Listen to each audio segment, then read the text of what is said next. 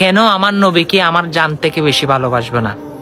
কেন আমার রসুলকে ইয়া রসুল আল্লাহ বলবো না? কেন আমার রসুলকে দাঁড়িয়ে সালাতু সালাম আমি দেব না?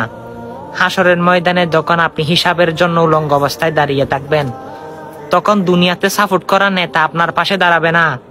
তখন তুমি দুনিয়াতে আইডল মনে করা সেই ব্যক্তি আপনার পাশে দাঁড়াবে না। শুধু আপনার পাশে দাঁড়াবে আকা মুস্তাফা মুহাম্মদ রসুল্লাহ আহমদ রসুল্লাহ সাল্লাল্লাহু আলাইহি ওয়াসাল্লাম। তিনি আমার নবী। হ্যাঁ, তিনি আমার শাফায়াতের জন্য আল্লাহর দরবারে ইয়া হাবলি উম্মতি উম্মতি করবে। তাকে তো আমি ইয়া রাসূলুল্লাহ বলবো। সে ইয়া রাসূলুল্লাহ বলতে বলতে যদি জানো চলে যায়, আলহামদুলিল্লাহ, সেটাতে আমি খুশি।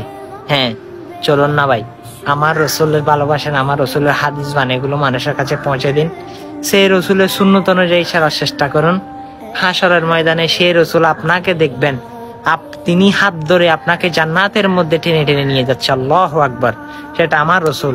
আর আল্লাহ ঘোষণা দিয়েছেন 10টা পৃথিবীর সমান একটি জান্নাত আমি উম্মতে মুহাম্মাদির জন্য বাজেট করে দিয়েছি। আল্লাহু আকবার। আপনি তো শুনেছেন। এই বার্তাটা না হয় সকল মানুষকে দিয়ে জান্নাতের কথাটা সকলকে খুশি করে দেন। আমিন।